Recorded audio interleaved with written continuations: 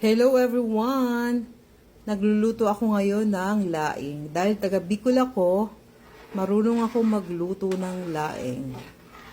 Siya nga pala guys, request na naman to ng binata ko na magluto ako ng laing kasi dadalhin niya to sa work nila. Meron silang gathering. Kain silang laing. Ang pagluto pala nito guys, etong lulutuin ko, bale, 10 gata to. 10 gata at ang laing ay 1/4. So, ganito lang ginagawa sa pagluto ng laing, guys. Haluin mo yung sibuyas, bawang, yung pork at bagoong. Kasi ang bagoong nagpapasarap dito eh. Meron din ako ditong hipon. Baling hipon, guys. Optional lang yan kung gusto mo. Itatoppings ko lang siya mamaya.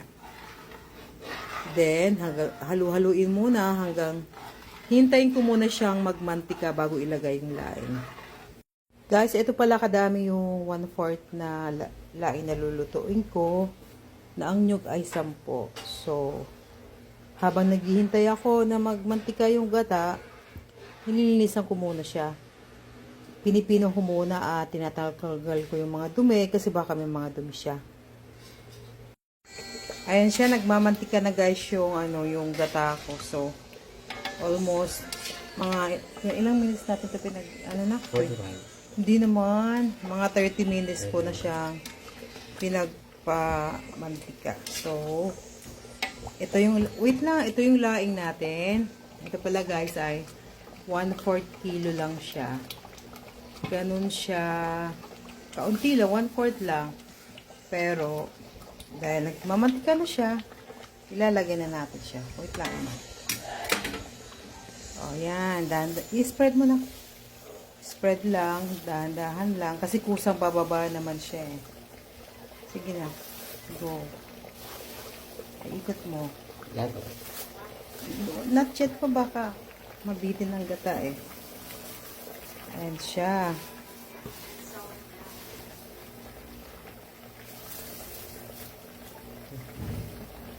Hindi ko muna siya guys hinahalo para sabi ng iba, para hindi na kumate. Pero I don't think so. Kasi dati ginagawa ko naman na halo-haloin siya. Hindi ko na siya nihintay na bumaba pa. Ayan siya. Pero, this time, hahaluin na natin siya para makita natin kung kulang pa ba yung ano. Dagdag ka pa ng kain. Ayan siya, oh guys, oh.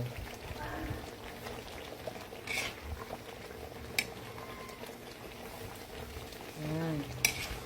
Hindi ko nahintayin pang lumubog yung laing kasi tinatansya ko kung kakasya pa ba yung gata. Play mo ano. Ayan, hinahalo-halo ko na. Ganyan. So, para madami pa siyang gata, kailangan natin, ubusin natin yung 1/4 pa. Oo. Kunin mo na yung natira pa kasi kaya pa naman.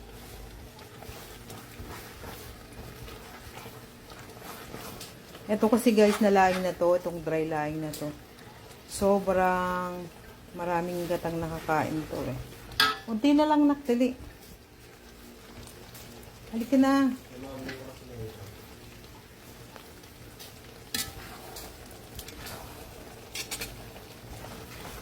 Halika na. Para sabay sila maluto.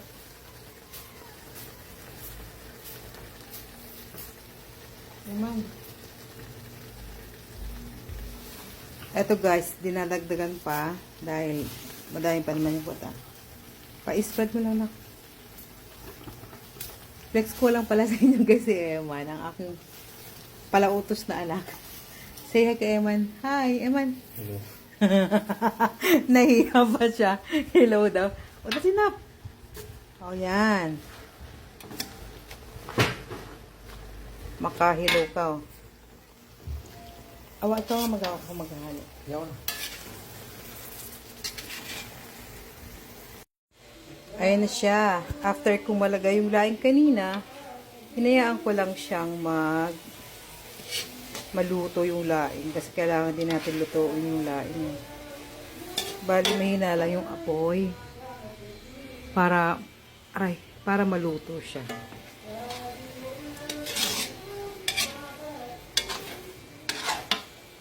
Maya-maya guys, ilalagay ko na pala yung ceiling green.